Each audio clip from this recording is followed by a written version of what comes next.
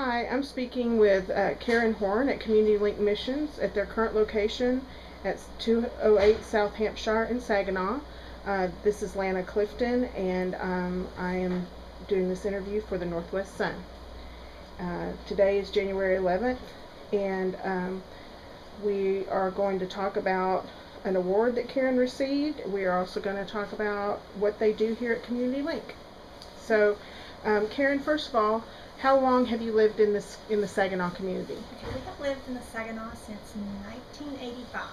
Okay. So a little over 28 years. All right. And where did you move from? My husband was in the military, so we have been around the country. We've been in Mississippi, we've been in Florida, but most of our life we have lived here. Okay, great. I grew up in Georgia. You grew up in Georgia. Yes. Okay. All right. And so did you move here because of work, or? We moved here with the military. He was stationed at Carswell Air Force Base, and then we liked it here, so we stayed. All right, that sounds good. I know that you're employed by Thomson Reuters. Thomson Reuters. Reuters. And what is your position there? I am an executive editor in the tax department. Okay.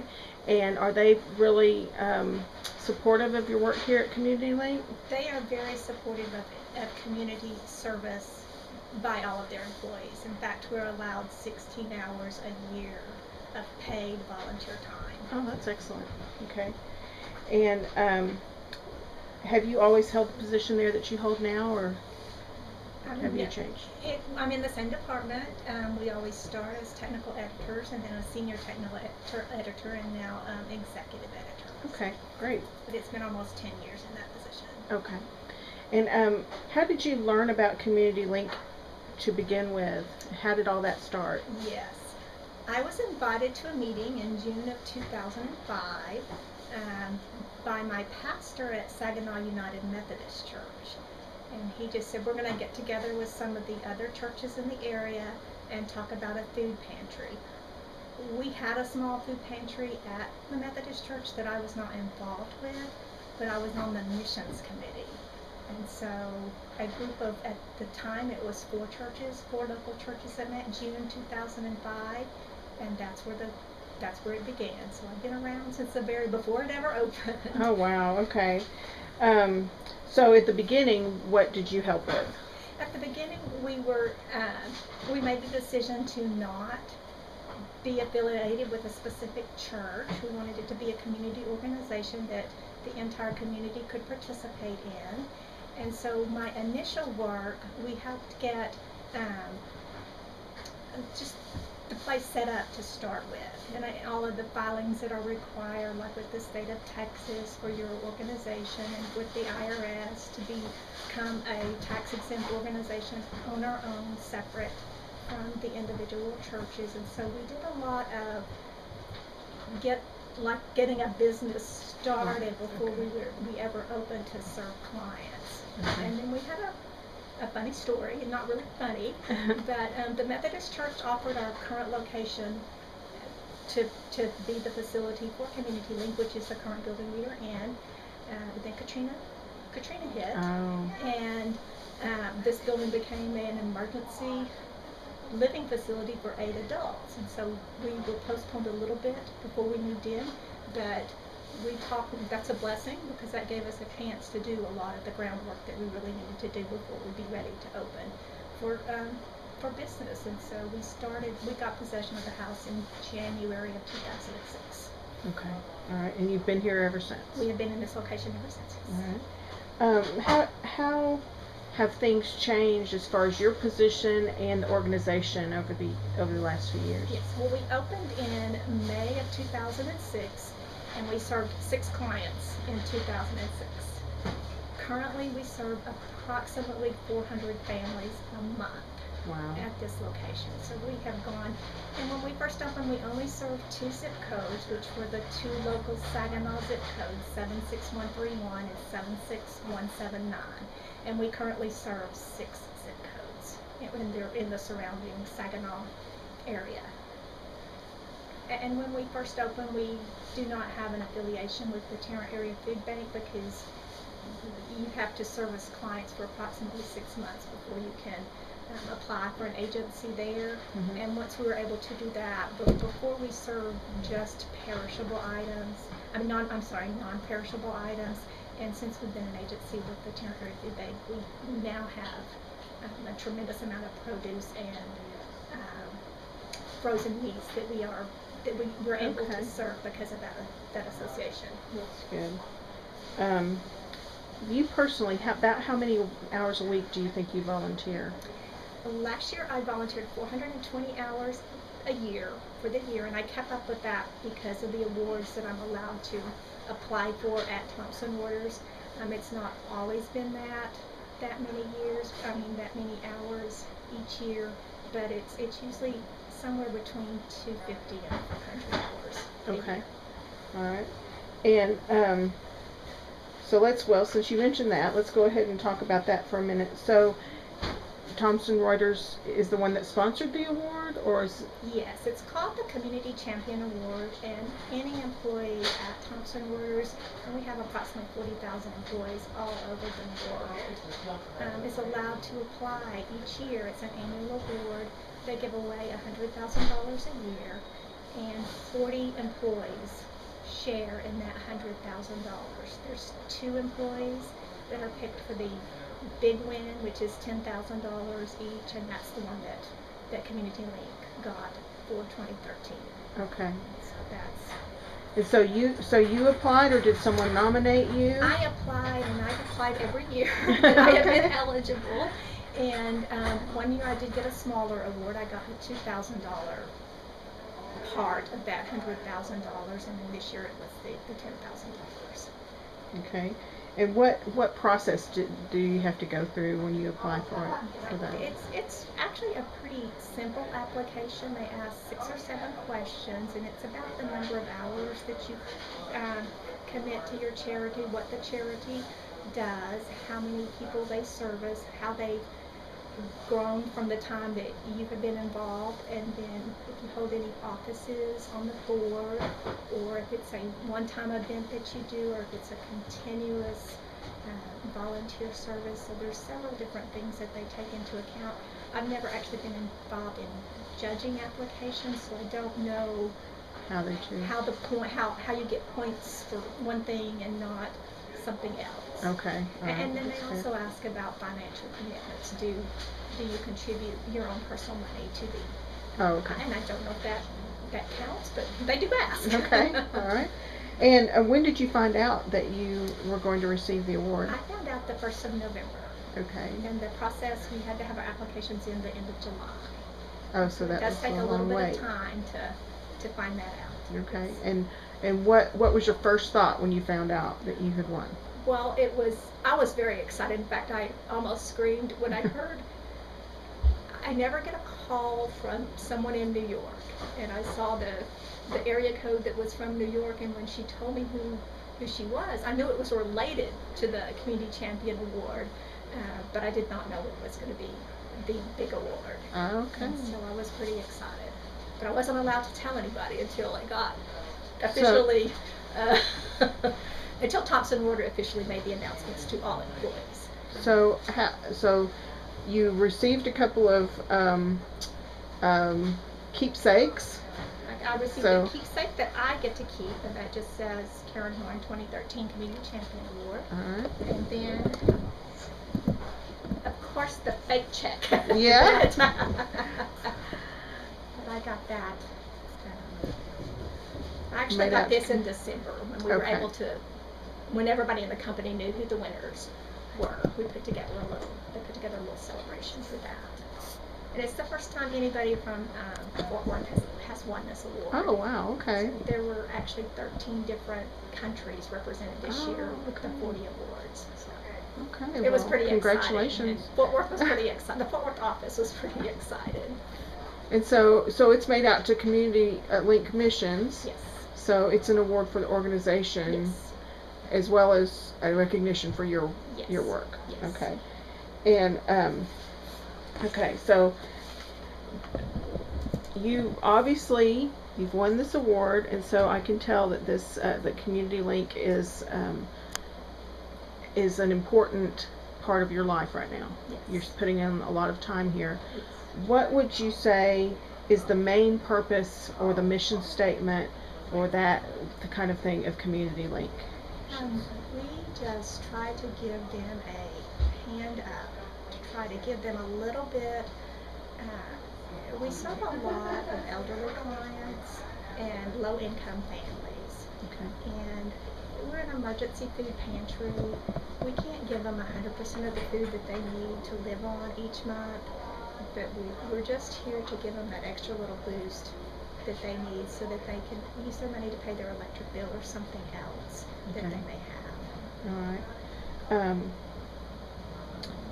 So right now, what is your main position here? I'm on the board, and I am the secretary Okay. of the board, and then I'm also the in-charge person on Saturdays for client service. Okay, so are you here every Saturday? I am here every Saturday, but I do not have a commitment with my children, and they are now out of college. Oh. I mean, in college, so yes, pretty much very few Saturdays I am not here. All right. Well, are there any special projects you're in charge of? I heard something about some Yes. handmade items. During the year, there's a couple of things. I did make a commitment to raise $25,000 myself for the new building, and one of the things that I do is some handcraft things like baby afghans and some hand quilting, and so I have done that and sold quite a bit. And the other really big project that I do for Community Link is their holiday gift giveaway. We give away a big food basket, and then we also let them come and pick toys and other gifts for their family. And as you can see, there's no place here to store that kind of project. And so that, the last few years, has been at my house. And this year, or in 2013, it took a U-Haul to get them all from my house over to where we did the distribution. It was a couple of thousand items. And so that's a big passion point for me, because it's very exciting to see those parents come and get to pick some toys for their kids. Right. So is that what's fulfilling to you about this, is just seeing the reaction from the clients? Yes. The joy? Yes. Okay. They're so very appreciative of whatever we can provide. Well,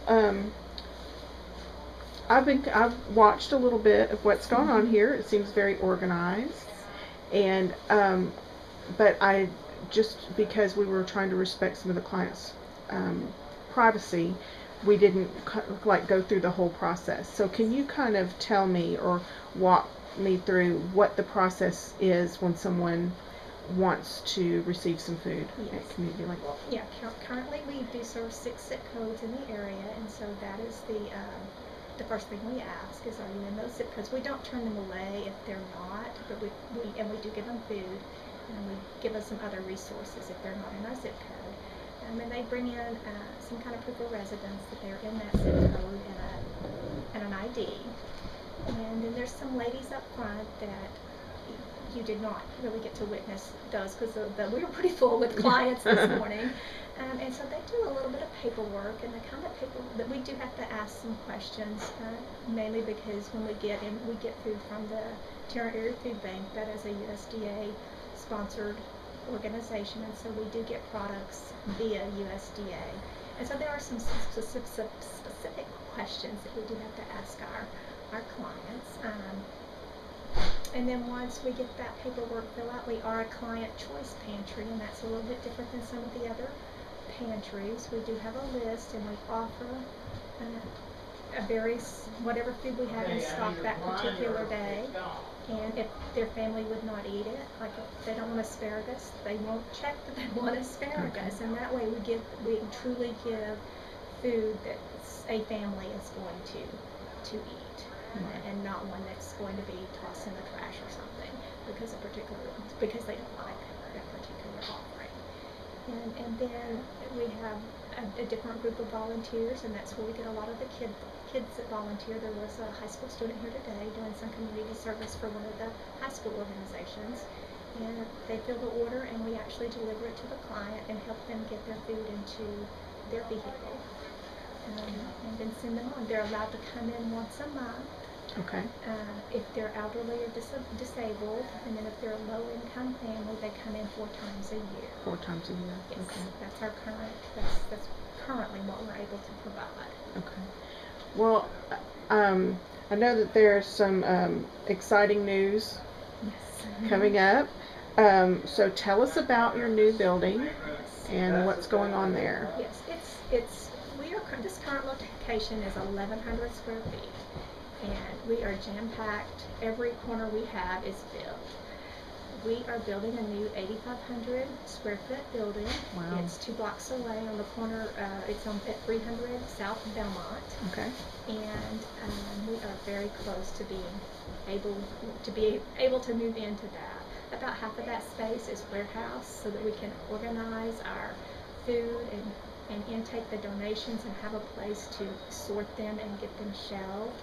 And then a really good place for the people that are pulling the orders. If they're going to be like going down a shopping aisle at a grocery store, there's going to be room for them to do that. And then we'll have 5 interview areas, and they're going to be a whole lot more private than they are now. There's going to be partitions in the wall, and then we're also going to have a community room, and so that we can hopefully, in the future, have other things other than just food service. And I'll give you an example, like potentially an eye clinic or a shop clinic, or just computer skills, resume skills, just other things that we'll be able to help our clients with other than offering them food. Okay. It's a very large community, and it's very nice. Well, that's so 8 times as big. So Yes. that is a big increase. On the website, I saw something about maybe some medical or dental services. Is that a definite thing, or is that a possibility? That's a possibility. Okay. That's one of our possibilities, and we've had some persons in the area express an interest in that. Some dentist and some physician and an eye doctor also. So that's not a definite, but that's something that we certainly on our radar is something we potentially could provide. Along with that, I saw something else about nutrition classes. Is that something that's also just something Yes, you're hopeful about? We've made the position. We've made the kitchen a qualified area that we could have some nutrition classes and potentially even some cooking classes. Okay. In there. So you would maybe so some dietitians and those types of Yes. people could volunteer to help with that. Yes, and there's also some resources that we can through the Tarrant Area Food Bank that we just don't really have a place to do that right now, and they've got some similar things where they can send some people out to help us do some of those kind of things. Okay, good. So other than just more space, what does the building mean for Community Link in general? It means we're going to be able to expand our services, and we're going to have more joy from our clients for things that we can do, help them out, and we'll probably even get more clients because of this. Well, along with that, if you're expanding, then you also are going to have room for more supplies. And I know that when we were walking through, you mentioned that there are a few things that you're low on right now. So I wanted to ask you, like, on a regular basis, what things are always in demand that you always seem to be running short of? And then what are some general things if people wanted to help, or what's the best way that people can make food donations? Right. Peanut butter. Okay. We are out of peanut butter. And that's not a cheap food item, but it is a very nutritious food item.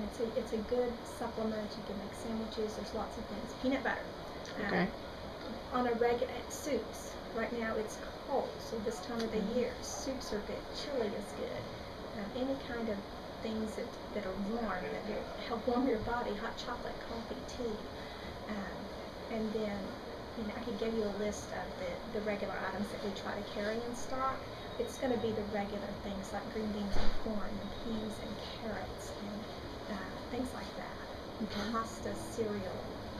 So what does somebody want to do if they want to donate some of these items? What should they do?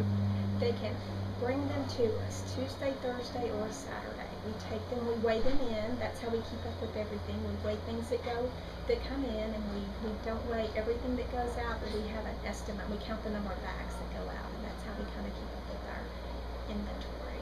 But in the new building, we're going to be able to tell exactly what we're out of. There's a space that's going to say it's green beans. Well, if you go to that space and there's no green beans, that's how we're going to know that we're out of something. So that'll be easier to maybe get the word out to the community. Yes, a very specific list. We do list on our websites regularly the things that we are out of. One thing that we do offer to our clients, if we have them in stock, are toiletry items, and they cannot buy toiletry items with their food stamps if that's another things that they have. And so it's the basic things like shampoo and soap and toothpaste and toilet paper. And then we also, that's not really a toiletry, but we do, when we have it, offer dish soap and laundry soap. That is on our regular list of offerings. And I saw some baby supplies, that type of thing. Baby food, infant formula, diapers, adult diapers, and feminine products are some things that we don't always have those in stock, but it's definitely something that clients ask for. Okay, all right. And of course, giving things isn't the only way that someone could help. They could offer to volunteer. So what if someone wants to volunteer? First of all, what do they do, and then and who do they contact, and then what should they expect once they come in? We have volunteer opportunities right now anytime that we're open, Tuesday, Thursdays, and Saturdays. What hours? They're a little bit different. Saturdays it's 10 to 1. During the week, Tuesday they open at 9 and close at 3:30. Thursday, for client service, it's 10 to 3:30, but Thursday's the day that we get our big food truck from the Tarrant Area Food Bank. So there's people here about 8 o'clock in the morning unloading the truck and getting that put in to where it needs to go. But the way to volunteer is just call the office during any of those hours and talk to the person here, and they will get you signed up. We do have just a little waiver that needs to be signed.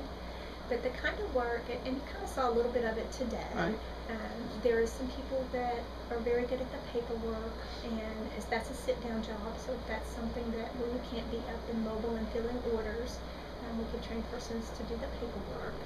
And like I said, we'll have 5 interview stations in our new building, and so today we had 2 ladies filling out the paperwork. And then anybody that's willing and able can fill the orders during client service or stock the shelves. That's and neither one of those require very much training. There is a little bit of training if you're going to do the paperwork to make sure that they get all of that properly done and properly entered into the computer. A little bit later, somebody else does that. There's a job here for anybody willing to do. So you're not like overrun with volunteers yet? Okay. Not yet. All right. Sometimes we have more than, it just depends on how busy. We're very busy today, and so we could have used a few more volunteers today. I can't guarantee that every Saturday's like that, and sometimes they get bored and they leave a little bit early, and that's perfectly fine. If they're bored, they leave at 12 instead of 1. So. Okay. That's but there are lots of opportunities if this is something that touches somebody's heart. Yes, if this is a passion, yes. Okay. I've noticed something that I thought was interesting. You're helping these people. They're not giving any money, but you're still going to refer to them as clients. Yes. So I think that's great, but who came up with that idea, and what do you think is the reason behind that? As for clients, yeah, I am not exactly sure where we decide at what point we decided that that's what we were going to call them, and I suspect it was from some of the original church groups that had a food pantry, because before we started, some of those, each one of them had some of their small food pantry, and they might have called them members because they might have been more serving the members of their congregation, and we're not a member. That's not a member, and so I think we just originally just started calling them clients, and they've never ever paid. It's always been Right. nothing. They do not have a. Do you think that gives the impression that you're respectful of Yes. them Yes. instead of them feeling like, I don't know, You're that a they're low-income looking? family, Yes. or you're an elderly. Right. Yes. Okay. There's just something I noticed. Mm-hmm. Is there anything else that you would like to say about your award or about what goes on here? Or Help us get the word out. We Okay. need donations. We need people willing to step up and do some food drives at their businesses or at their schools, or Walmart has allowed a group to go and do a food drive out in front of their facilities. And just come help us. It's fun. All right. Well, thank you so much for your time. I appreciate it. You're welcome. Okay, bye.